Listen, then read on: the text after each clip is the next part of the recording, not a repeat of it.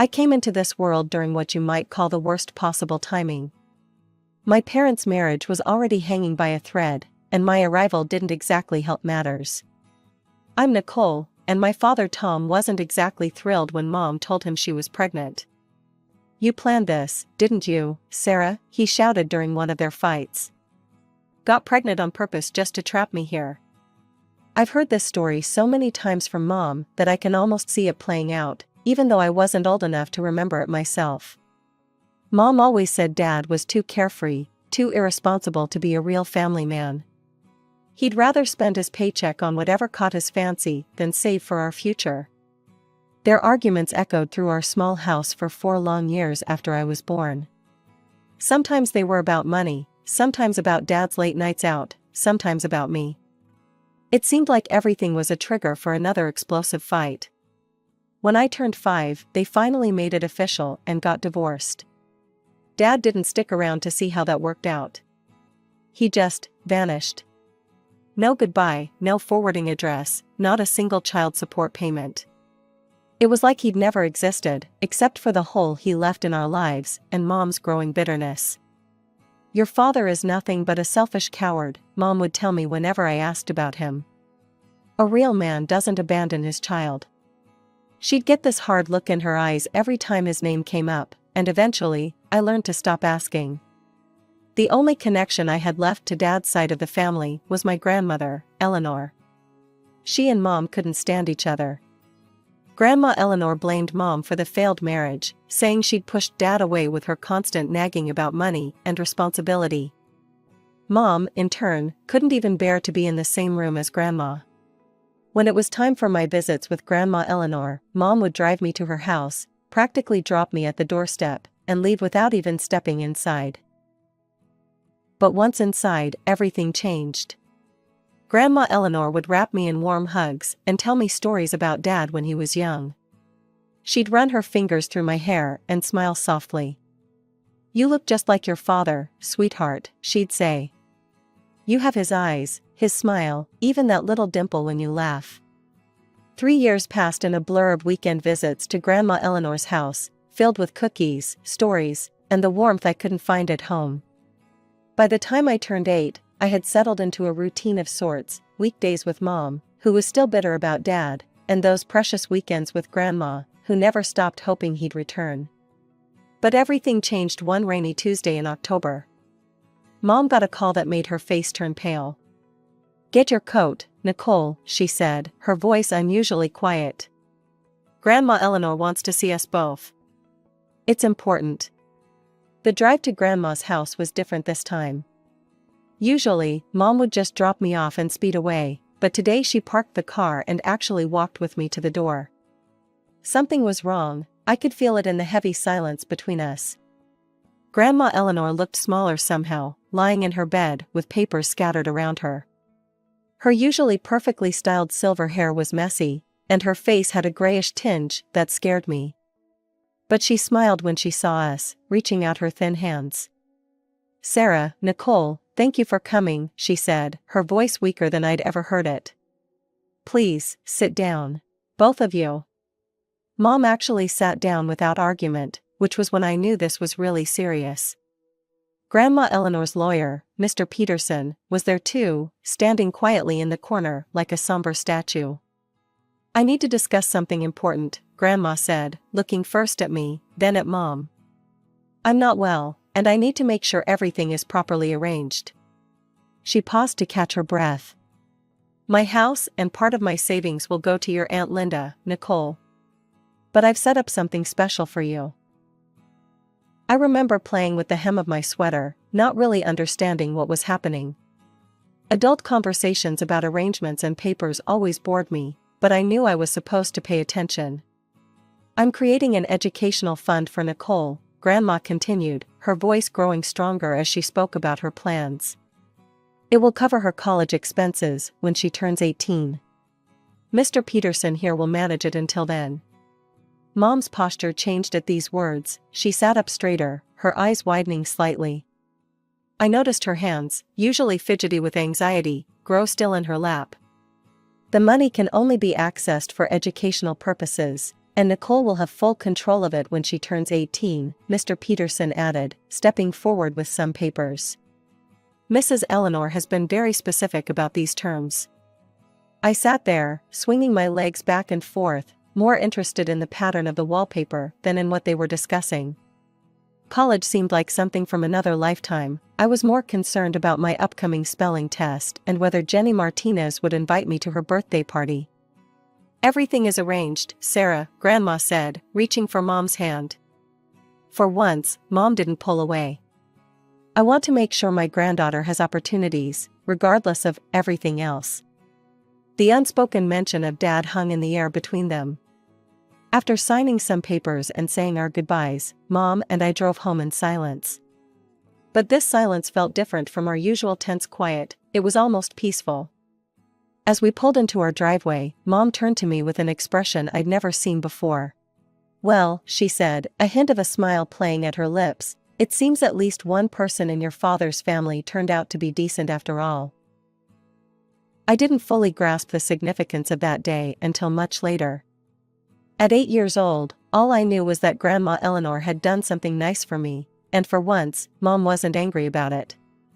The concept of college money meant nothing to me then. I was more excited about the butterscotch candy Grandma had slipped into my pocket when we left. Grandma Eleanor passed away just a few weeks after our last visit.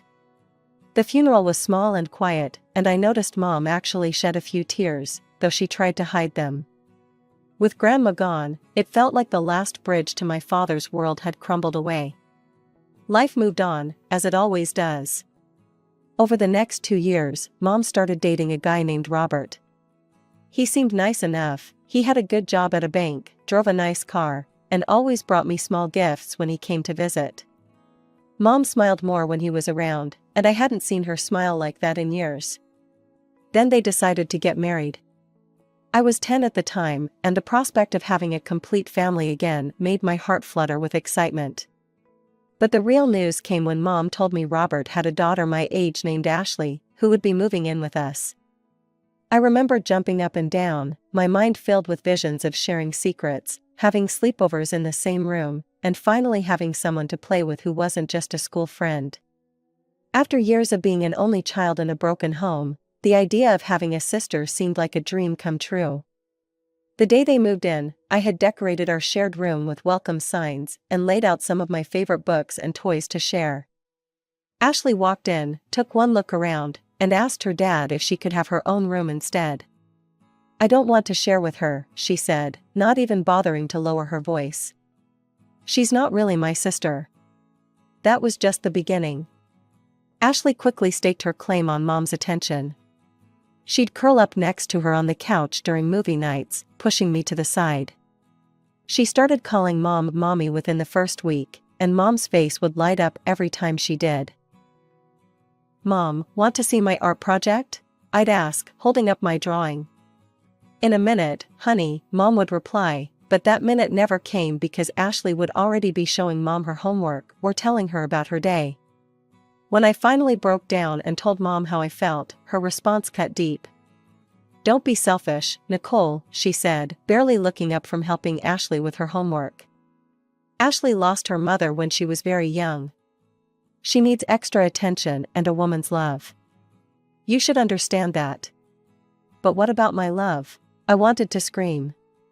Instead, I just nodded and retreated to my newly silent room, where Ashley's empty bed served as a constant reminder that I wasn't enough, not for my father, and now, it seemed, not for my mother either. The changes in our family happened so gradually that at first, I barely noticed them. But looking back now, I can see how each small moment added up to create an ever-widening gap between me and my mother. It started with shopping trips. Mom would come home with bags full of designer clothes for Ashley, fancy jeans, brand-name sneakers, cute tops from expensive stores. Meanwhile, I got my clothes from department store sales and discount outlets. Ashley needs to maintain a certain appearance at her new school, Mom would say when I pointed out the difference. Besides, you're not as interested in fashion as she is. Then came the biggest bombshell. They were sending Ashley to Riverside Prep, the expensive private school across town. I still remember the day they announced it over dinner. Ashley's test scores are exceptional, Robert said proudly. She needs a more challenging academic environment. What about me? I asked, pushing my peas around my plate. Could I go to Riverside too? Mom and Robert exchanged that look I'd come to hate, the one that meant they'd already discussed this without me. Honey, you're doing fine at Lincoln Public, Mom said. Ashley has different needs. She's really gifted, you know. The regular program suits you better. That night, I cried into my pillow until I had no tears left. But something changed in me after that. As the years passed, I stopped trying to compete for Mom's attention. I stopped showing her my report cards, stopped telling her about my achievements, stopped hoping she'd notice me. By 15, I'd accepted my place in the family hierarchy. I threw myself into my studies at Lincoln Public, not for them, but for myself. I joined the debate team, competed in science fairs, and maintained straight A's. My teachers would write glowing comments on my papers: exceptional analysis, Nicole, outstanding work, you have a bright future ahead. Meanwhile, at home, dinner conversations revolved around Ashley's latest achievements at Riverside Prep. Her participation in the Model UN conference. Her selection for the Advanced Placement program. Her tennis tournaments against other private schools. Ashley's English teacher says she has real potential as a writer, Mom would gush. She gets straight A's without even trying, Robert would add proudly. I'd sit there quietly eating my dinner, thinking about my own straight A's, about how I'd just won first place in the regional science fair, about how my debate team coach wanted me to lead the team next year. But I kept these thoughts to myself. What was the point of sharing them? My achievements at a public school couldn't possibly compare to Ashley's private school accomplishments, at least not in their eyes. Still, there were moments, like when Mom and Robert would attend every single one of Ashley's tennis matches but couldn't make it to my debate team finals, that the old hurt would surface. But I'd learned to push it down, to focus on what I could control. I had my education, my goals, and thanks to Grandma Eleanor's foresight, I had a future that was mine alone. Senior year flew by in a whirlwind of college applications and scholarship essays. As graduation approached, I found myself sitting at my desk late into the night, surrounded by brochures from different universities. My grades had opened up a lot of possibilities. I was particularly excited about State University's full scholarship program and had already been pre-approved based on my academic record. You don't have to take the scholarship route, you know, my guidance counselor, Mrs. Martinez, had told me. With your grandmother's college fund, you could attend any school you want. But I had bigger plans for that money. I want to be smart about it, I explained to her. If I can get a full scholarship, I can save the fund for a down payment on a house after graduation. Mrs. Martinez had smiled at that. Always thinking ahead, aren't you, Nicole? 2 weeks before my 18th birthday, Mom called me down for what she termed a family meeting. I found them all sitting in the living room, Mom perched nervously on the edge of her favorite armchair, Robert looking serious on the couch, and Ashley beside him, not quite meeting my eyes. Sit down, Nicole, Mom said, patting the ottoman across from her. We need to discuss something important. I sat, noting how formal everything felt. Usually, family discussions happened over dinner or in passing, never with this kind of setup. As you know, Mom began, Ashley is graduating this year too. She paused, glancing at my stepsister. We've been looking at colleges. I got accepted to Princeton, Ashley interrupted, finally looking at me. It's my dream school. That's, congratulations, I said, not sure why this required a family meeting. The thing is, Robert jumped in, even with Ashley's excellent education at Riverside Prep, her grades don't quite qualify her for a full scholarship. Mom leaned forward. We've spent so much on her private school education, and it's been worth every penny, but we just don't have the resources for Princeton's tuition. I sat there, still not understanding why they were telling me this. Then Mom dropped the bomb. We were hoping, since you have your grandmother's college fund, you might be willing to share it with Ashley. The room went silent. I stared at Mom, waiting for her to say she was joking. but her face remained serious, expectant even. Share my college fund? I repeated slowly. The one Grandma Eleanor set up specifically for my education? You're getting a full scholarship anyway, Ashley said, as if this justified everything. You don't even need the money. We're family, Mom added softly. Family helps each other. I sat there, feeling like I'd been punched in the gut. The college fund, my safety net, my future, my grandmother's last gift to me, they wanted me to hand it over to Ashley. The same Ashley who'd spent years making sure I knew I wasn't really family. The same Ashley who got everything while I got the leftovers. No, the word came out of my mouth before I could even process the full weight of what they were asking. Absolutely not. What do you mean, no? Mom's voice took on that sharp edge I'd grown to know so well. I mean no. This money was left to me by my grandmother. It's mine, and I'm going to use it for my future. Robert's face turned red. Do you hear how selfish she sounds, Sarah? This is exactly what I've been talking about for years. I couldn't help but let out a bitter laugh. Selfish? That's rich coming from you guys. Watch your tone, young lady, Robert snapped. You've always been jealous of Ashley. Always trying to compete with her, and now you're taking your revenge by denying her a chance at a good education. The absurdity of his statement made me laugh again, though there was no humor in it. Jealous? Of what exactly? Of how you've given her everything while treating me like an afterthought? And by the way, if she's as brilliant as you've always claimed, why didn't she earn a scholarship like I did? Ashley's face crumpled, and tears started streaming down her cheeks. She jumped up from the couch and ran upstairs, her dramatic exit punctuated by the slamming of her bedroom door. How dare you? Mom's voice was quiet, dangerous. How dare you be so cruel? Cruel? I'm being cruel? I stood up, my hands shaking. You're the ones trying to take away my college fund. Mom stood too, her face hard. Well, then, let me make this very clear. You have 2 weeks until your birthday to change your mind. If you don't agree to share that money with your sister, you can find somewhere else to live. The floor seemed to tilt under my feet. What? You're kicking me out? This is my house too. No, Nicole, it's not. Mom's voice was cold. This house is in my name. You'll be 18, an adult. I'm not legally obligated to support you anymore. I can't believe this, I whispered. I can't believe you're choosing her over me. Again. You're choosing money over family, Robert shot back. Family? I practically spat the word. When have you ever treated me like family? They had no answer for that. Instead, Mom just said, 2 weeks, Nicole. Think carefully about your choice. The next 3 days were like living in a ghost town where I was the only ghost. No one spoke to me at breakfast. My questions at dinner were met with silence. Ashley acted like I was invisible, and Mom and Robert treated me like an unwelcome houseguest who had overstayed their welcome.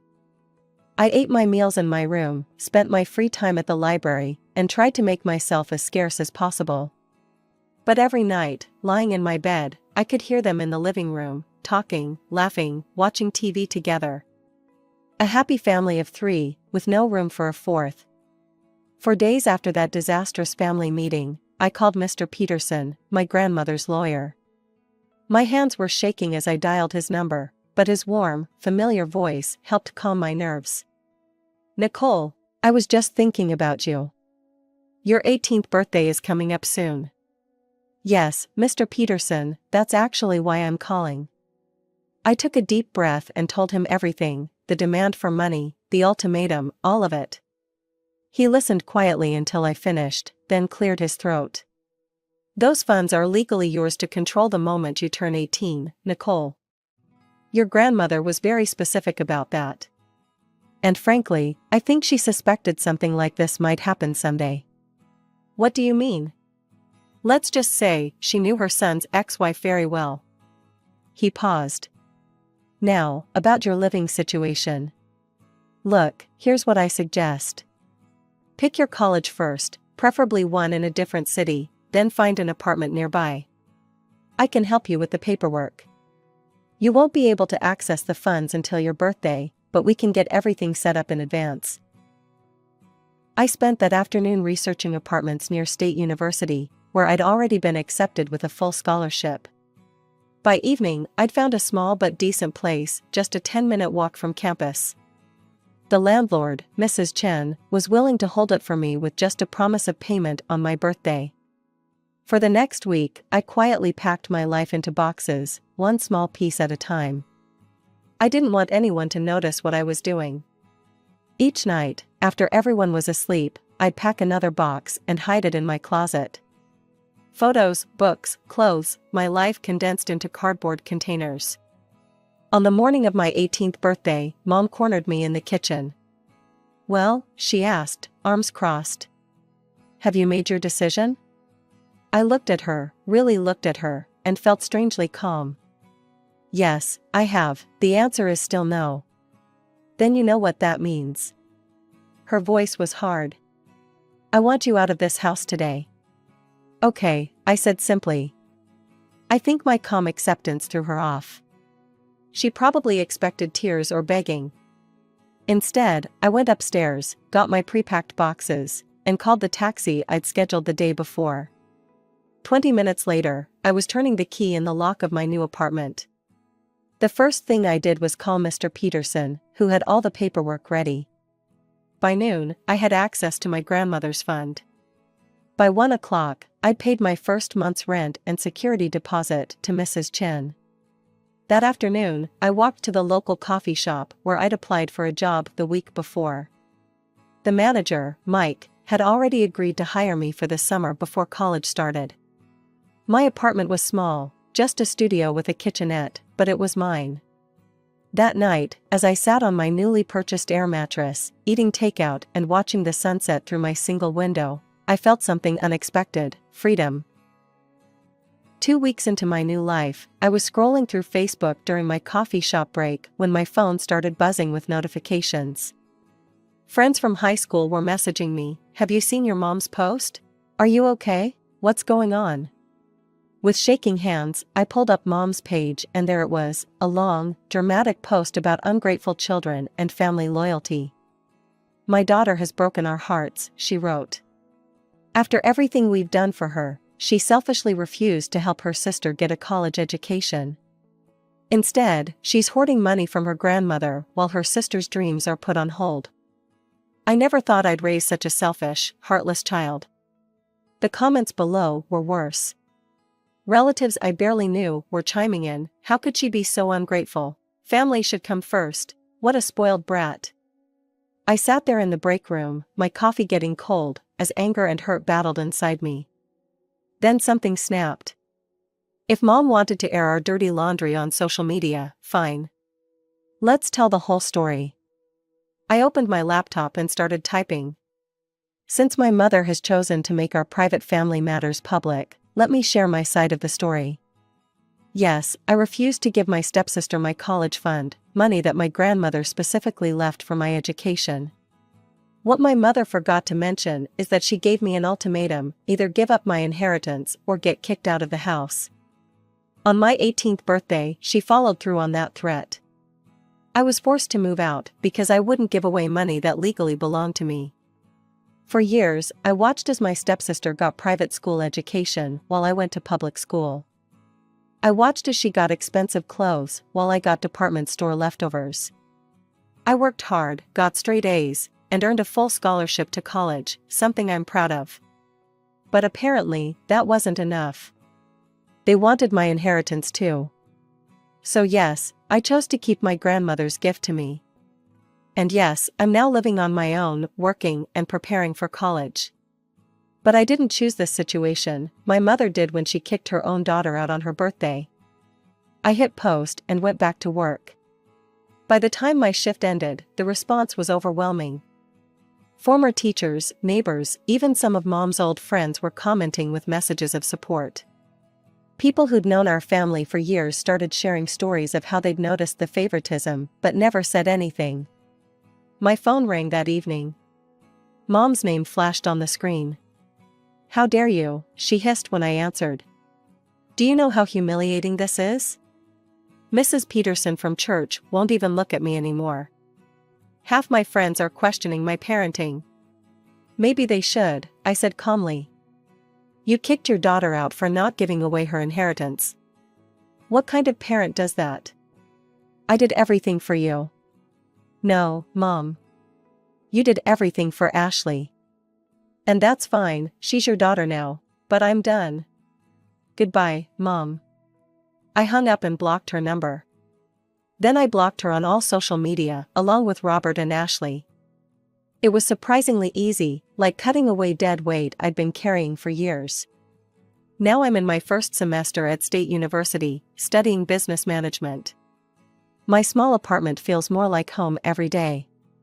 Sometimes I think about them, Mom, Robert, and Ashley, but those thoughts come less and less often.